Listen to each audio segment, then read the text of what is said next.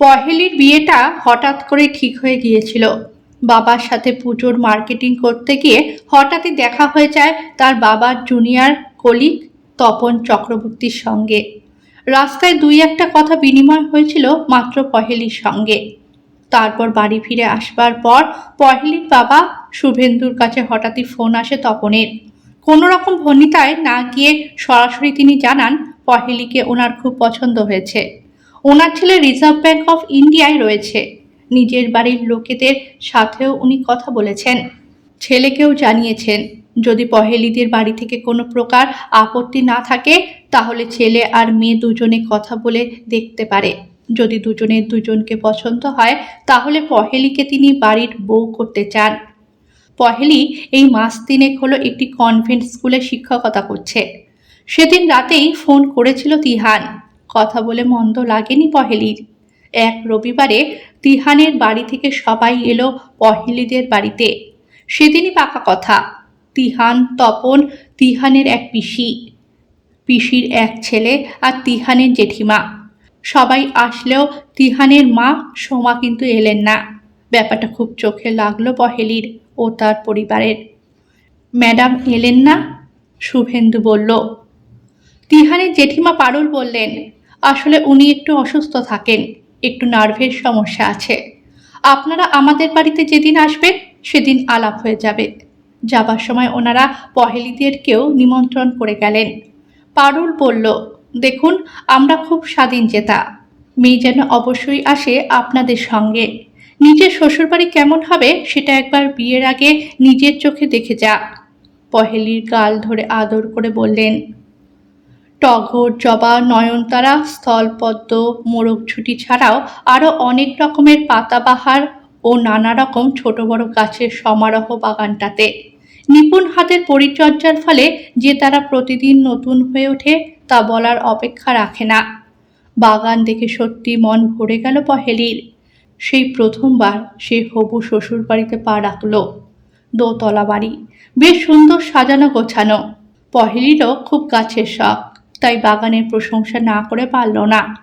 ভালোই তো, শাশুড়ি আর বউ দুজনে মিলেমিশে এবার বাগানের পরিচর্যা করবে। তপন হাসতে হাসতে বললেন। কিছুক্ষণের মধ্যেই পারুল সোমাকে নিয়ে এলো। আলাপ করিয়ে দিল পারুল। সোমা, এই দেখো তোমার ছেলের হবু বউ পহেলি, কি মিষ্টি দেখতে দেখো। পহেলি দেখল। শীর্ণকায় চেহারা, হালকা নীলচে তাঁতের শাড়ি, মাথায় আলগা করে একটা খোপা, হাতে শাখা পলা ছাড়া আর কিছুই নেই। গলায় একটা সরু চেন, কপালে একটা লাল ছোট্ট টিপ, চোখ দুটো প্রায় মুদ্রিত। করুণ মুখখানা এককালে যে বেশ সুন্দরী ছিলেন, চেহারায় এখনো তার ছাপ স্পষ্ট। উঠে দাঁড়ালো পহেলি, এগিয়ে গিয়ে প্রণাম করল। তিনিও চিবুক ছুঁয়ে বললেন, সুখী হও। তারপর সোমা পহেলির বাবা মায়ের দিকে তাকিয়ে বললেন, আমার ছেলে খুব ভালো, আপনার মেয়ে খুব ভালো থাকবে দেখবেন। আর দাঁড়ালেন না, সবার দিকে একবার তাকিয়ে ধীর পায়ে বেরিয়ে গেলেন। প্রায় ঘন্টা দুয়েক ছিল পহেলিরা সেদিন। তিহান পহেলির সাথে টুকটাক করে অনেক কথাই বলছিল। তার মা বেশি লোকজন পছন্দ করেন না। ছোটবেলা থেকেই মাকে সে একই রকম দেখে আসছে। তার যা কিছু আবদার সব জেঠিমার কাছে। জেঠু এই বছর তিনেক হলো মারা গেছেন। তার একমাত্র জ্যাঠতো দিদি পিয়াস বিবাহ সূত্রে ইউএসএ থাকে। বিয়ের সময় হয়তো আসতে পারবে না, জামাইবাবু ছুটি পাচ্ছে না, এই সব টুকিটাকি কথা আর কি। পহেলিও জানিয়েছিল তার নিজের কথা। না, এর মধ্যে একবারও তিহানের মাকে দেখা যায়নি। চলে যাবার সময় পহেলি দেখা করতে চাইল তার সাথে। পুরো ছবির মতন ঘরখানা সাজানো, ঘরের চতুর্দিকে তার নিপুণ হাতের কাজের ছাপ স্পষ্ট। খাটের উপর বসে নিজের মনে একটা বই পড়ছিলেন, শরৎচন্দ্র। পহেলিকে দেখে একটু হাসলেন, বললেন, যতবার পড়ি পুরনো হয় না, প্রতিবার যেন নতুন করে পড়ি মনে হয়। পহেলিরা এসেছে তাও উনি ঘরে একা বসে বই পড়ছেন। একটু অবাকই লাগলো তার। একটু হেসে যাচ্ছি বলে বেরিয়ে এলো পহেলি।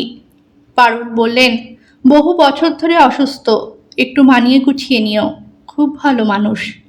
সব ঠিক থাকলেও তিহানের মায়ের আচরণ তাদেরকে একটু দ্বিধায় ফেলেছিল। তাহলে কি পহেলিকে তার পছন্দ নয়? যাই হোক, মাসখানেকের মধ্যে তিহান আর পহেলির বিয়েটা হয়ে গিয়েছিল। বিয়েতে আসেননি তিহানের মা, অসুস্থতা একটু বেড়েছে, এরকমই কিছু শুনেছিল পহেলি। তিহানের বাবার বাড়ির দিক থেকে বরযাত্রীতে প্রচুর আত্মীয় স্বজন আসলেও তার মামার বাড়ির পক্ষ থেকে কারোর সাথেই আলাপ হলো না পহেলিদের। বিয়ে সম্পন্ন হলো ভালোভাবেই। পরের দিন শ্বশুরবাড়িতে পা রাখলো সে।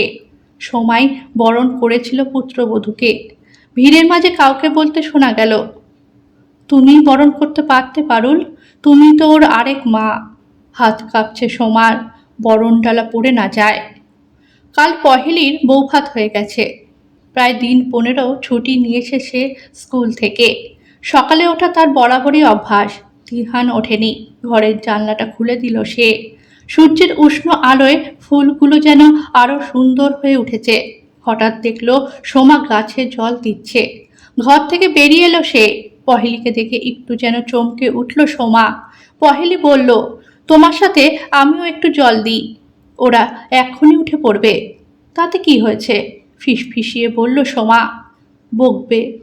অবাক হলো পহেলি। কে বকবে? আর কাকেই বা বকবে? আর কিছু উত্তর দিল না সোমা, চলে গেল।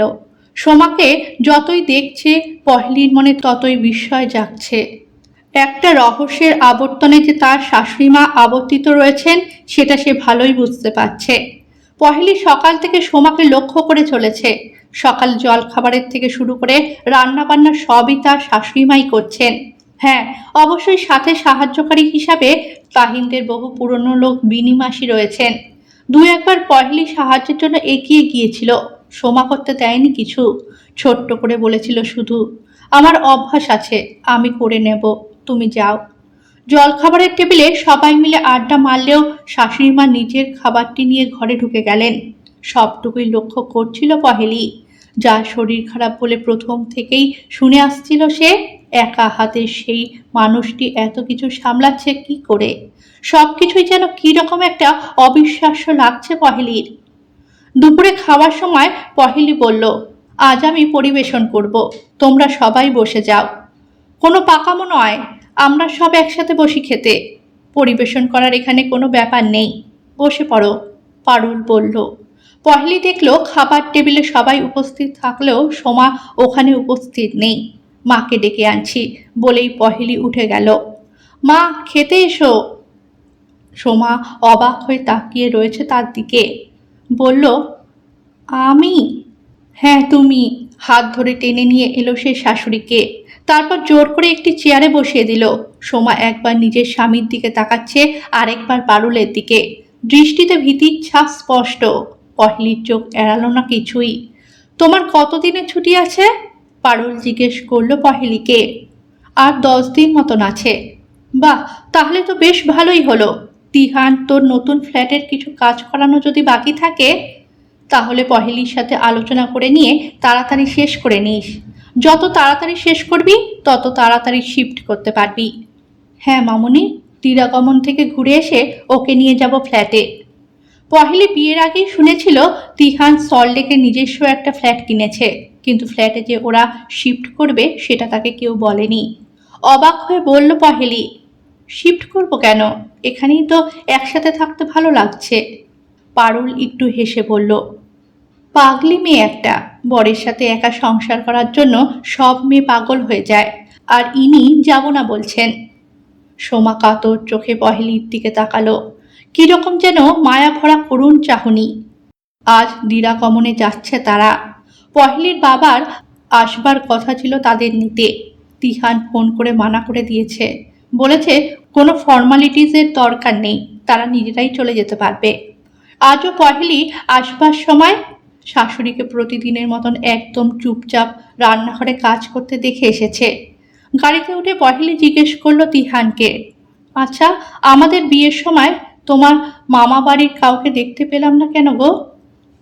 ড্রাইভ করতে করতে তিহান বলল, আমার তো মামার বাড়ি কেউ নেই। মামুনির বাপের বাড়ি আমার নিজের মামার বাড়ির মতো। আমার 1 মাসই ছিল শুনেছিলাম, কিন্তু দেখিনি কখনো। ছোটবেলায় শুনেছিলাম। আমার মায়ের বাবা, আমার মায়েরা যখন খুব ছোট তখন মারা যান। আর আমার মায়ের মা মানে দিদা বোধহয় তার কয়েক বছর পর মারা যান। তারপর থেকে মায়েরা তাদের দিদার কাছেই মানুষ। আমার ছোটবেলাটা হোস্টেলে কেটেছে বলে বলতে পারো অনেক আত্মীয় স্বজনের থেকেই আমরা ডিটাচ। আমি আসলেও কখনো সেরকমভাবে কোনো আত্মীয় স্বজনের বাড়িতে যাওয়া হতো না। এমনকি আমার মাসি কোথায় আছে সেটাও ঠিক জানি না। বলতে পারো জিজ্ঞেস করাও হয়নি কখনো। না, তিহান যে সেরকমভাবে কিছুই বলতে পারবে না সেটা এই 2 দিনে বেশ ভালোই বুঝতে পেরেছে পহেলি। পহেলির সাথে বেশি কথা বলা হয়ে যাচ্ছে না। চোয়াল শক্ত হয়ে উঠল পারুলের। আমি কথা বলি না, ওই বলে। বিশ্বাস করো।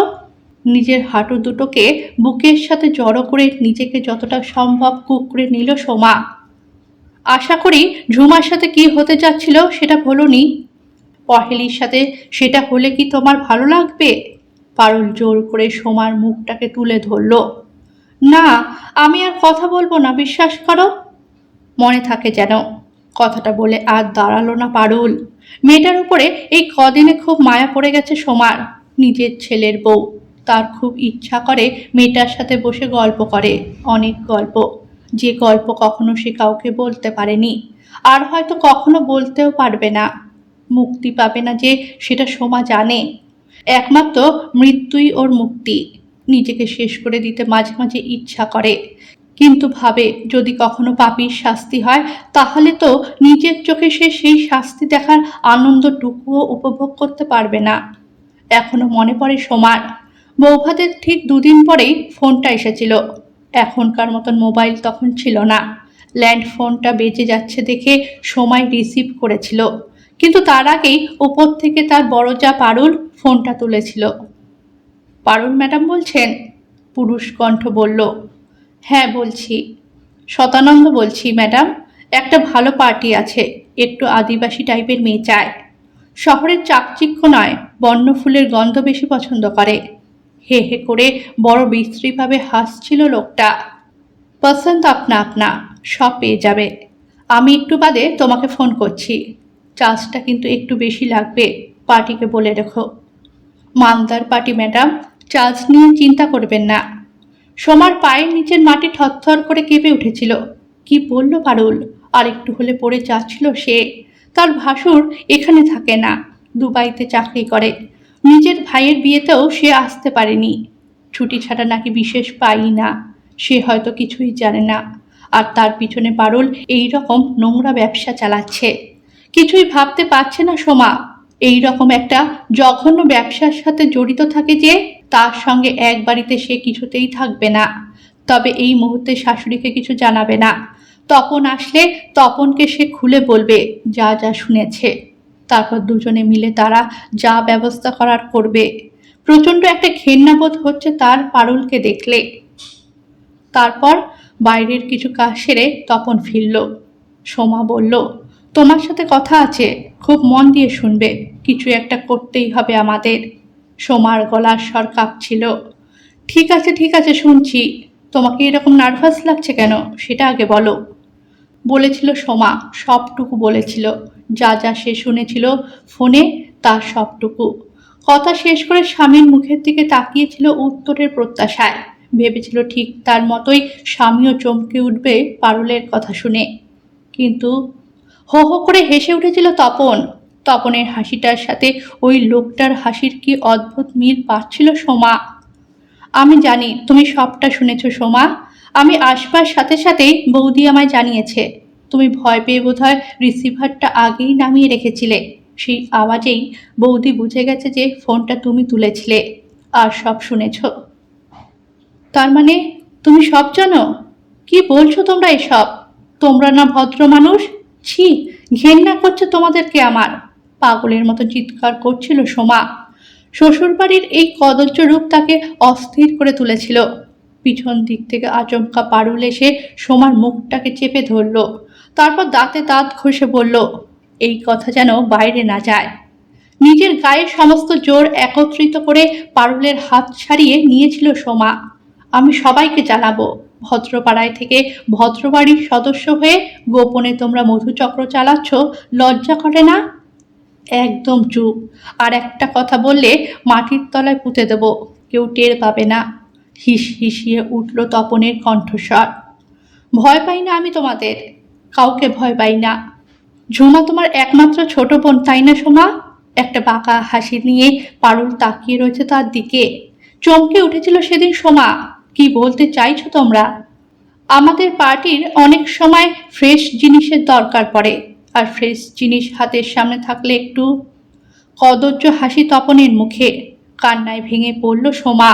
কিন্তু সেদিন রাতে সোমার জন্য আরো চমক অপেক্ষা করছিল।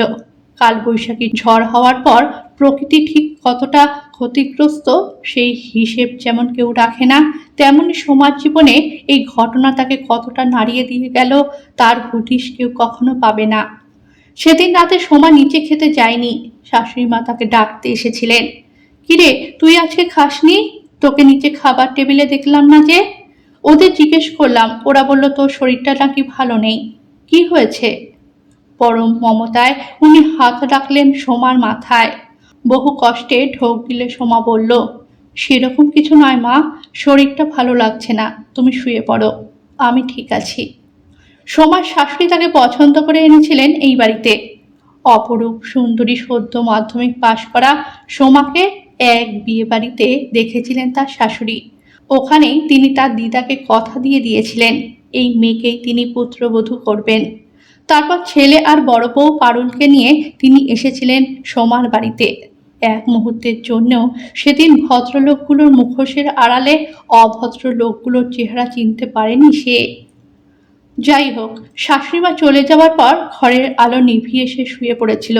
বালিশটা ছিল তার নীরব চোখের জলের সাক্ষী। তপন তখনও ঘরে আসেনি। কিছুক্ষণ পর তপন ঘরে ঢুকে একটা পাতা ছেঁড়া ট্যাবলেট তার হাতে দিয়ে বলল, এটা খেয়ে নাও তাড়াতাড়ি। কিসের ট্যাবলেট এটা? না জেনে আমি কিছুই খাবো না। বিছানা থেকে নেমে দাঁড়ালো সোমা। এক ধাক্কা মেরে তপন তাকে বিছানায় ফেলে দিল। যন্ত্রণায় কোকিয়ে উঠল সোমা। তারপর শুরু হলো তার পুরুষত্বের পাশবিক অত্যাচার। দিরাগমন সেরে ফিরে এসেছে পহেলি।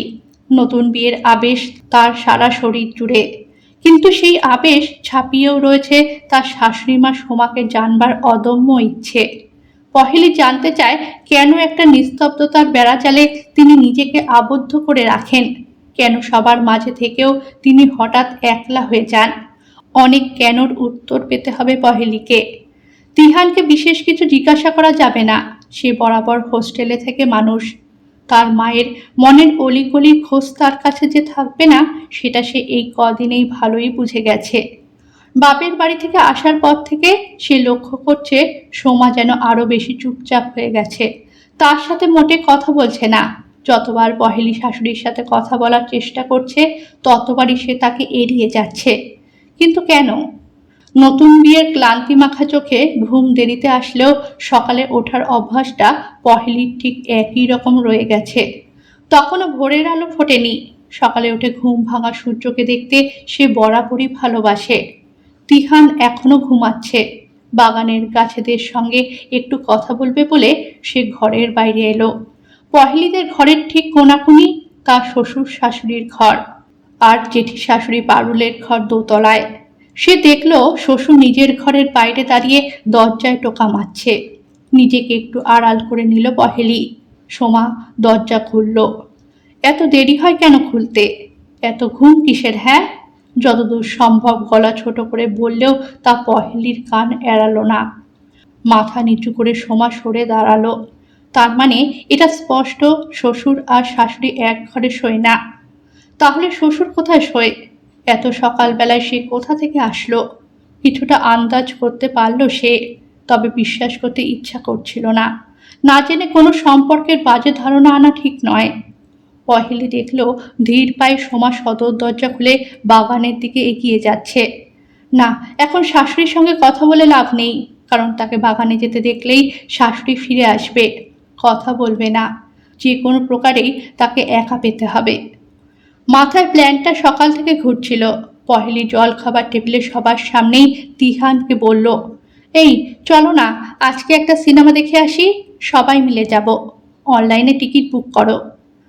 একদম না, নতুন বিয়ের পর দুজনে মিলে আনন্দ করো। শ্বশুরবাড়ির লোক সারা জীবনের জন্য পড়ে আছে, নিজেরা গিয়ে দেখে এসো। আমাদের বুড়ো বুড়িগুলোকে এখন টানতে হবে না। পারুল সাথে সাথেই বলে উঠল। দুঃখী দুঃখী মুখ করে পহেলি বলল, না থাক, তাহলে আমরাও যাব না। একদিন একটু আবদার করে বলছি সবাই মিলে সিনেমা দেখতে যাব। ওই দেখো, মেয়ের আবার অভিমান হচ্ছে। কিন্তু সোমা কি করে যেতে পারবে? পারুল সোমার দিকে তাকিয়ে কথাটা বলল। সোমা মৃদু স্বরে বলল, না, আমি যেতে পারবো না, শরীর আমার ভালো নেই।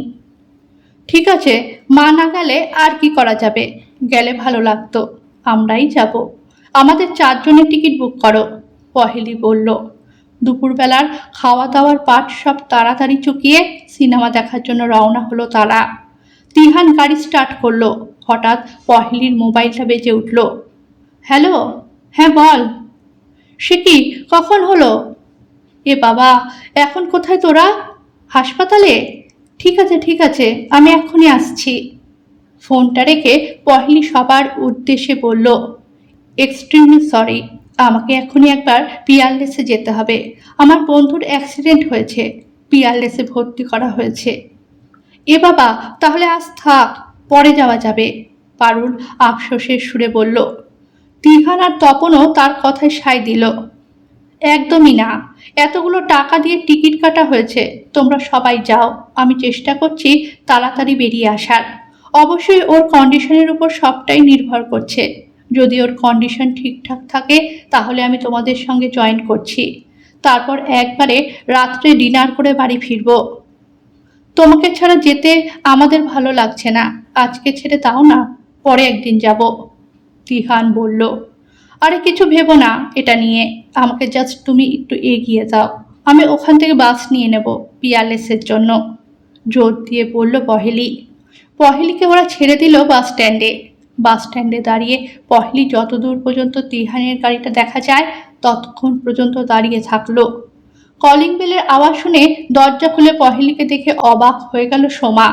পহেলির পিছনে সবাই আছে কিনা সেটাই দেখবার চেষ্টা করছিল সে। কেউ নেই, আমি একা। দরজা বন্ধ করে ভিতরে এলো পহেলি। সোমা কিছু বুঝতে পারছে না, ওরা কোথায়? সিনেমা দেখতে গেল। তুমিও তো গিয়েছিলে ওদের সঙ্গে। গিয়েছিলাম, ফিরে এলাম শুধু তোমার সাথে কথা বলবো বলে। আমার সাথে কি কথা বলবে? আতঙ্কের ছাপ স্পষ্ট সোমার মুখে। পহেলি এবার কিছুটা মিথ্যার আশ্রয় নিল, এছাড়া কথা বার করবার আর কোনো উপায় তার কাছে নেই। আমি অনেকটাই জানি কিন্তু মা। আতকে উঠল সে। কি জানো তুমি? জেনে গেলে পালিয়ে যাও, পালিয়ে যাও।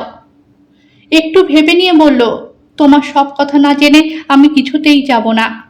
ঠোঁট কাঁপছে সোমার। সামনের চেয়ারে বসে পড়ল সে। তারপর মুষলধারার বৃষ্টি নামলো তার দু চোখে। শাশুড়ির মাথায় আলতো হাত রাখলো পহেলি।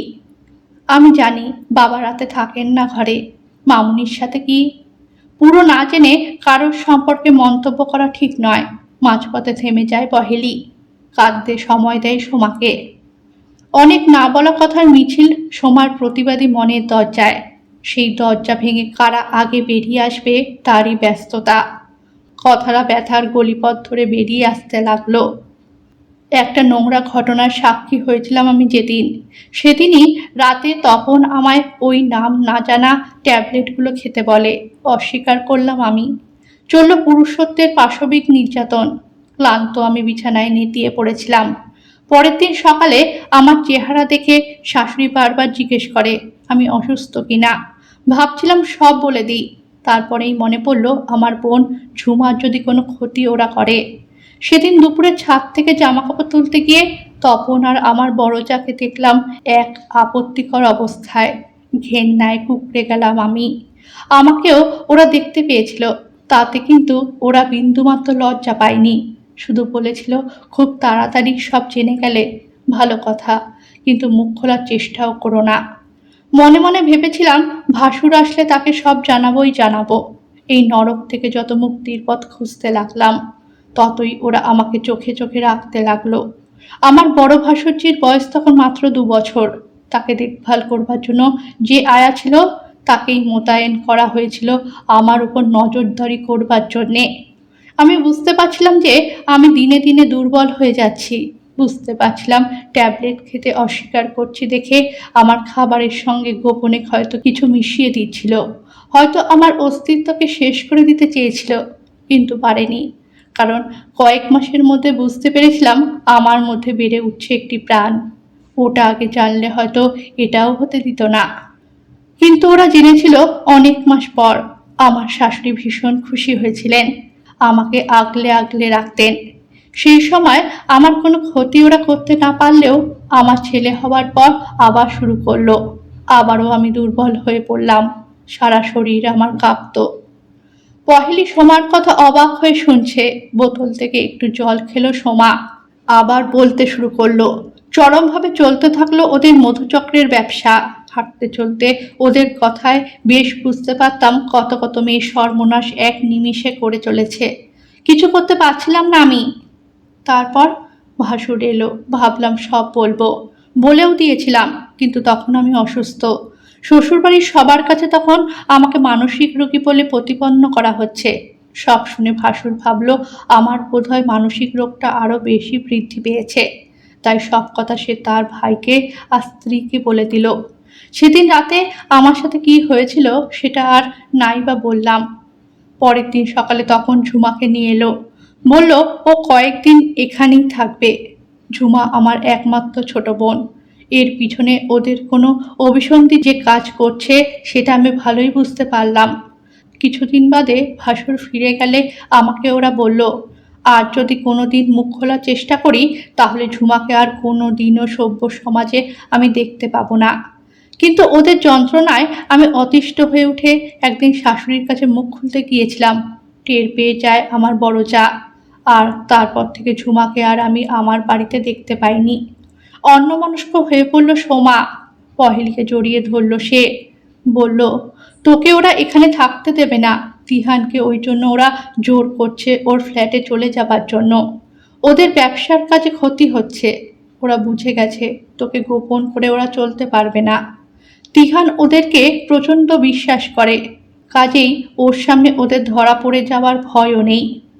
তুই চলে যা এখান থেকে। ঝুমার মতো তুই হারিয়ে গেলে আমি সহ্য করতে পারবো না। স্থির হয়ে বসে সব শুনছিল পহেলি, তার চোখ জলে ভিজে গেছে। সোমাকে বলল, তোমার কষ্টের দিন শেষ। কষ্টের দিন এবার ওদের শুরু হবে মা। তুমি আমাকে বলতে পারবে ফ্ল্যাটটা ওদের কোথায়, মানে প্রপার অ্যাড্রেস? না রে, সঠিক ঠিকানা আমি বলতে পারবো না, তবে বাসুদ্রনীর ফ্ল্যাটের কথা ওদের মুখে অনেকবার শুনেছি। ঠিক আছে, একটা কথা বলো, প্রয়োজন হলে তুমি ওদের বিরুদ্ধে দাঁড়াবে তো? আমার এক বন্ধু আছে উচ্চপদস্থ পুলিশ অফিসার, আমি তার সাহায্য নেব, কিন্তু তোমাকে ওদের বিরুদ্ধে সাক্ষী দিতে হবে। পারবে তো? স্বামী বলে পিছিয়ে যাবে না তো? এই প্রথম পহেলি সোমাকে হাসতে দেখল। মনে হলো প্রাণ খুলে হাসল সে। স্বামী কাকে বলে, তার সংজ্ঞা কি, এই শব্দটার আমার কাছে কোনো অস্তিত্ব নেই। এ বাড়িতে আমার ভূমিকা শুধুমাত্র একজন কাজের লোকের। ওদের এই ব্যবসার কথা যেন কেউ জানতে না পারে, সেজন্য বিশেষ কোনো লোক ওরা এ বাড়িতে রাখতে পারে না।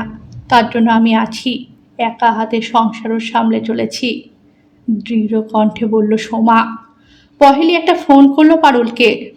মামুনি, আমি এখনো নার্সিং হোম থেকে বের হতে পারিনি। Extremely sorry. তোমাদের সিনেমা দেখা হয়ে গেছে? হ্যাঁ, এই বেরোবো, প্রায় শেষ। তাহলে আমরা বাড়ি ফিরে আসছি। ডিনার পরে কোনো দিন করা যাবে, পারুল বলল। হ্যাঁ ঠিক আছে, নার্সিংহোম থেকে আমার ফিরতে হয়তো একটু রাত হবে। তিহানকে বললে তিহান আপত্তি করবে, তাই তোমাকে জানালাম। ওকে একটু ম্যানেজ করো প্লিজ, আদুরে গলায় বলল পহেলি।